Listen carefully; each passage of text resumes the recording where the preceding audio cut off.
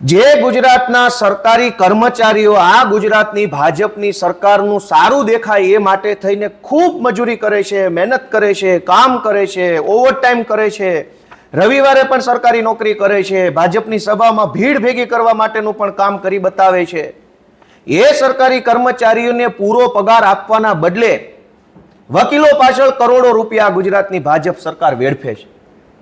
આ તે કેવી વિકૃત માનસિકતા છે ભાજપની સરકારની? જે લોકો તમારું કામ કરે છે એને પૈસા આપો કર્મચારીઓને.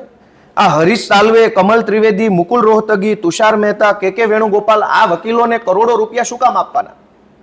સરકારે મને જવાબ આપ્યો છે પાછો, અને આ જવાબનું રાજકીય અવલોકન છે. ગૃહમાં આની કોઈ ચર્ચા થયેલ નથી કે કમલ ત્રિવેદીને એક દિવસની કોર્ટમાં હાજરી આપવાનો ભાવ નક્કી કર્યો છે 2 લાખ.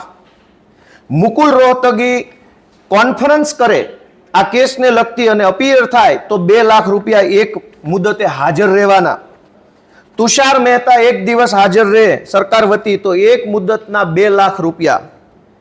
કે વેણુગોપાલ ગુજરાતની સરકાર વતી ફિક્સ પગારનો વિરોધ કરવા સુપ્રીમ કોર્ટમાં હાજર રહે તો કે વેણુગોપાલના પોતાના 5 લાખ રૂપિયા એક મુદતના અને એના ક્લાર્કને 50,000 અલગથી.